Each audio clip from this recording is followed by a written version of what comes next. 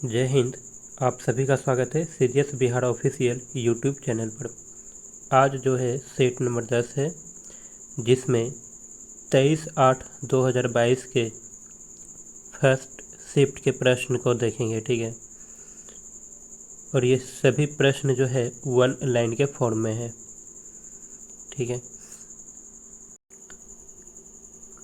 पहला प्रश्न है, कौन सा अधिनियम ईस्ट इंडिया कंपनी के विभिन्न अंगों की शक्तियों और जिम्मेदारियों को परिभाषित करते हुए ब्रिटिश संसद द्वारा पारित किया गया था? तो विनियमन अधिनियम 1773। ठीक है, कौन सा अधिनियम है? तो विनियमन अधिनियम 1773 के।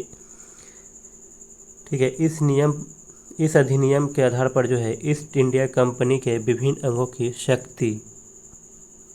शक्ति और जिम्मेदारी को क्या परिभाषित किया गया है। ठीक है, नेक्स्ट प्रश्न क्या है कि CSIR जिभाषा कार्यक्रम के तहत जो है बच्चों के लिए पहली भारतीय वर्चुअल साइंस लैब लॉन्च किया गया।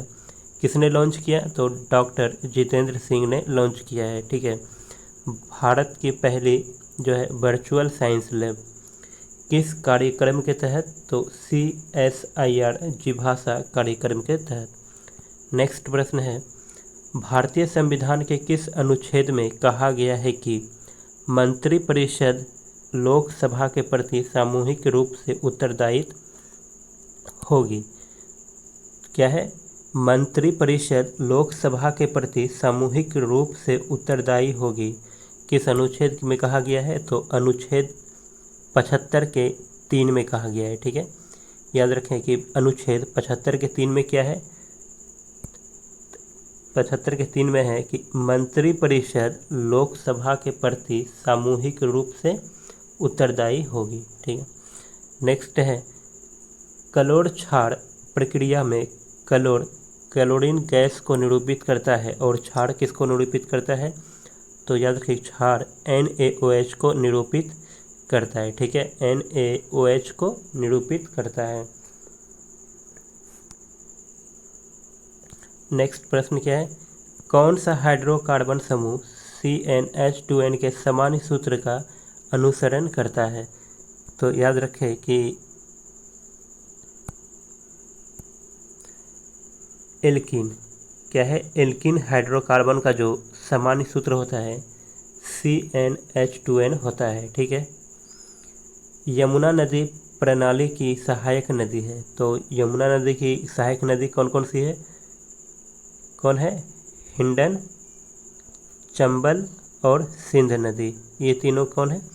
तो यमुना नदी प्रणाली की सहायक नदी है। ठीक है, नेक्स्ट प्रश्न है कि 20 point programme TPP 20 point programme TPP Bharat सरकार द्वारा कब शुरू किया गया था?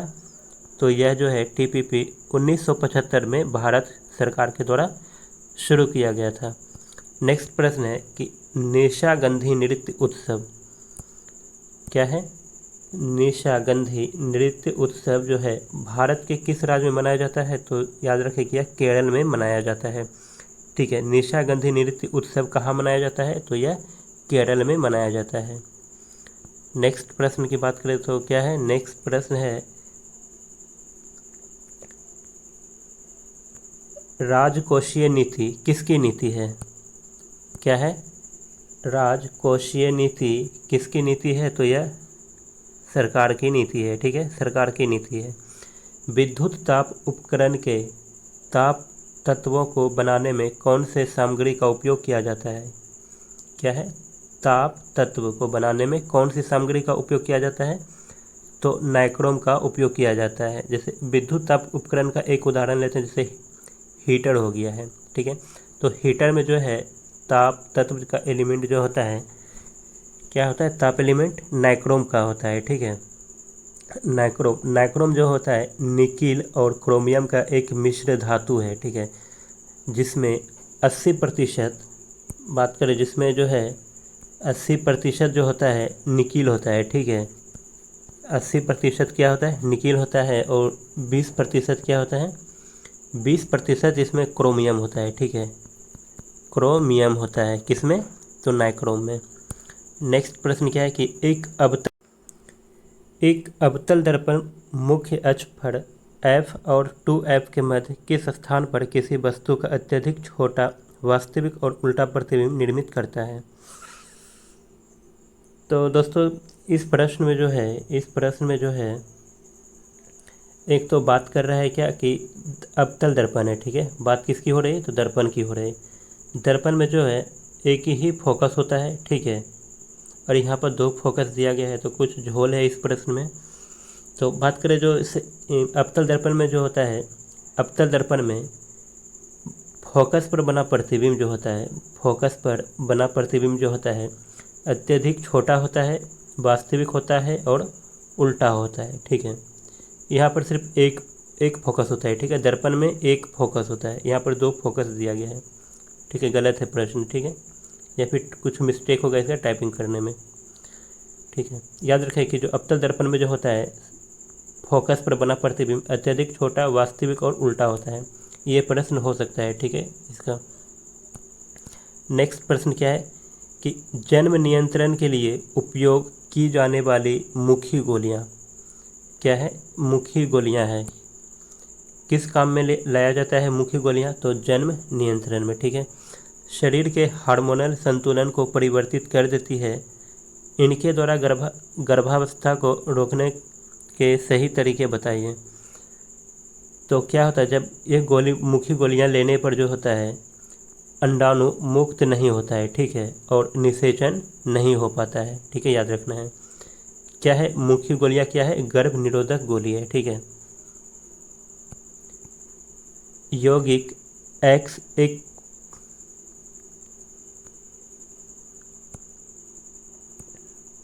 क्या प्रश्न है कि यौगिक एक्स एक पारदर्शी क्रिस्टलीय ठोस है, ठीक है।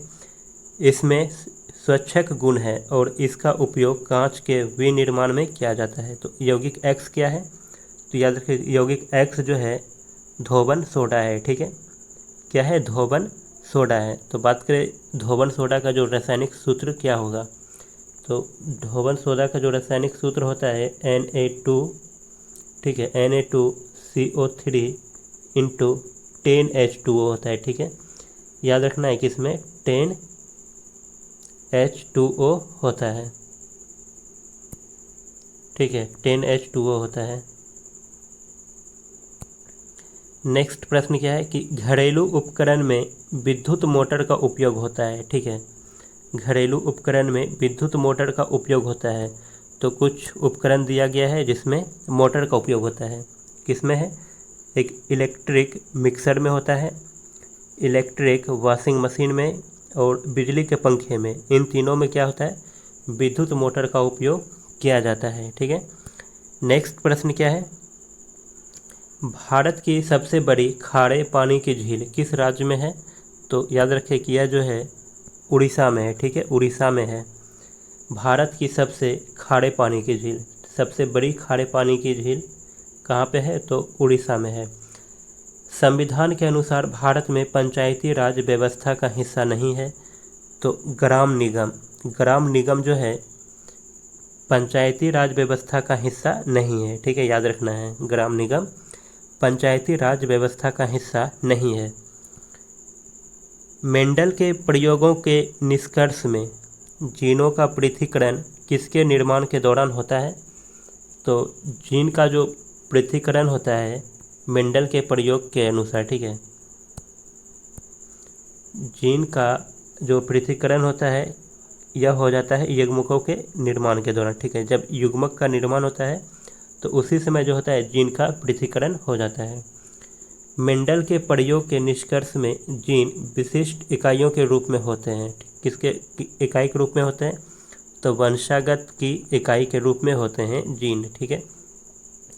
मेंडल के प्रयोगों के निष्कर्ष में आते हैं जीन युग्मकों में, ठीक है, जीन युग्मक में आते हैं कौन। नेक्स्ट है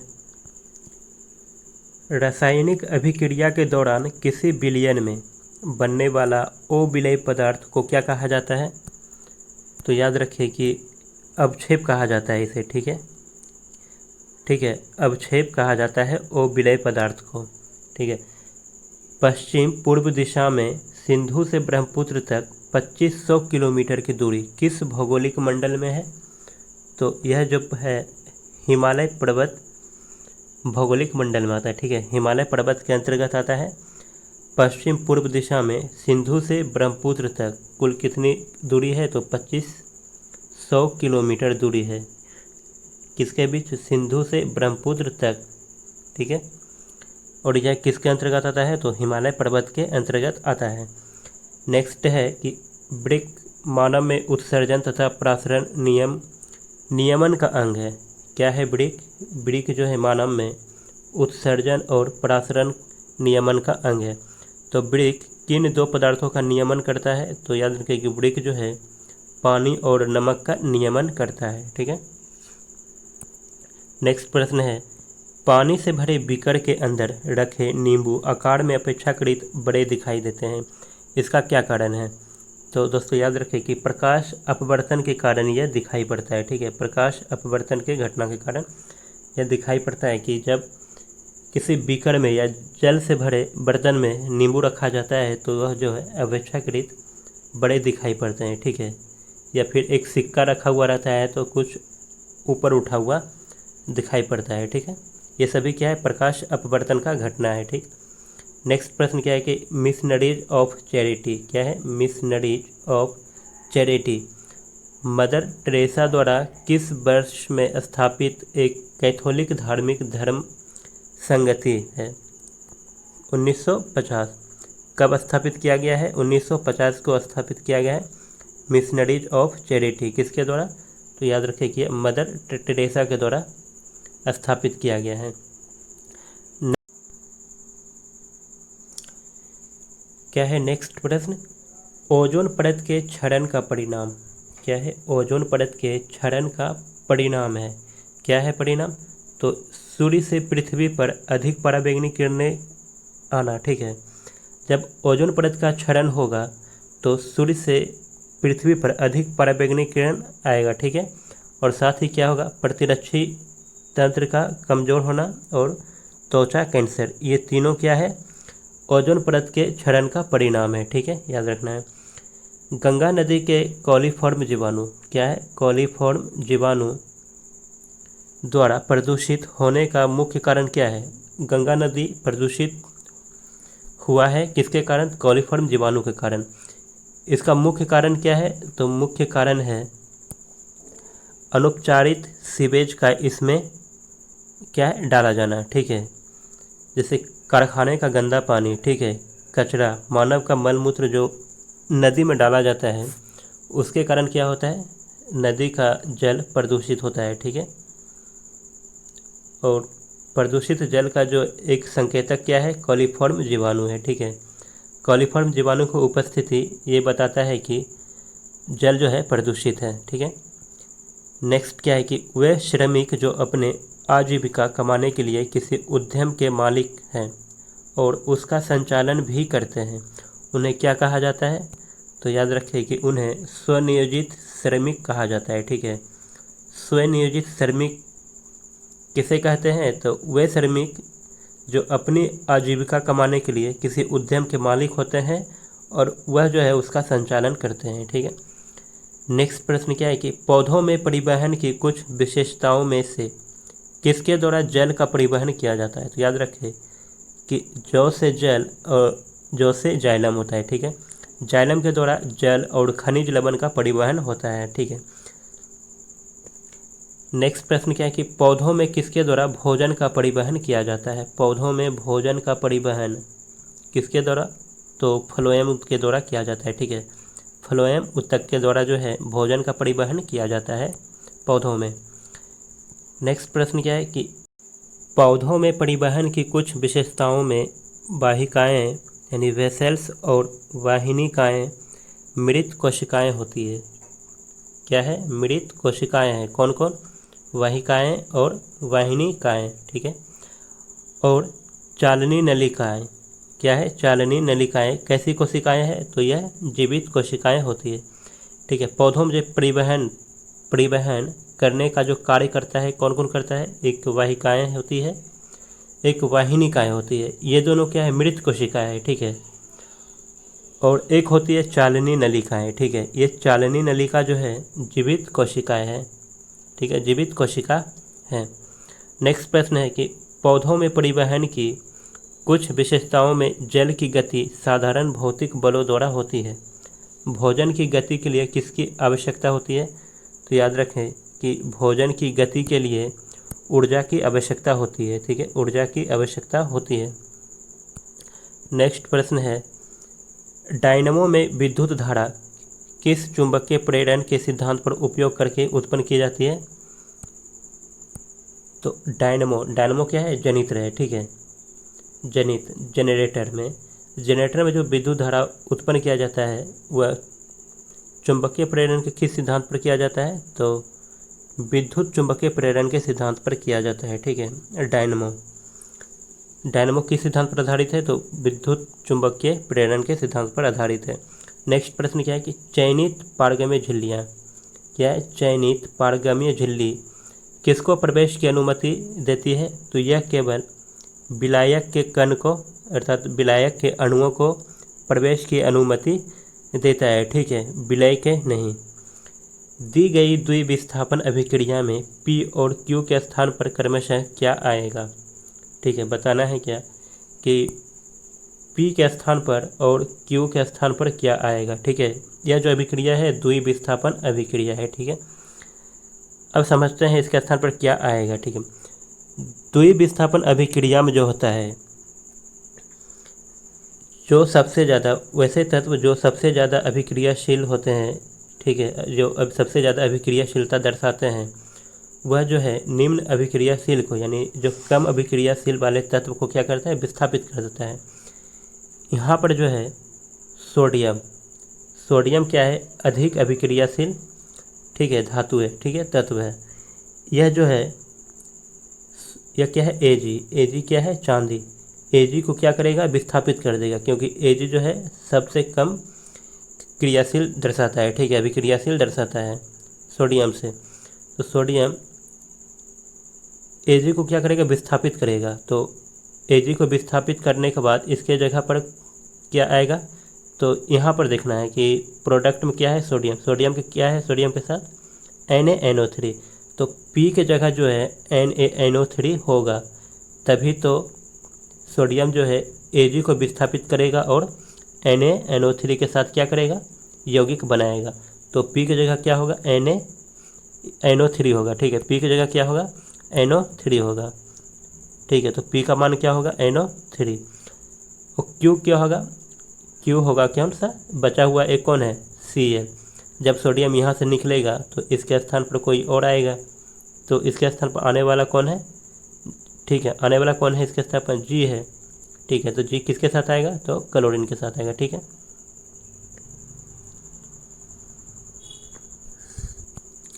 नेक्स्ट प्रश्न क्या है, कौन सा एंजाइम प्रोटीन का विखंडन करता है?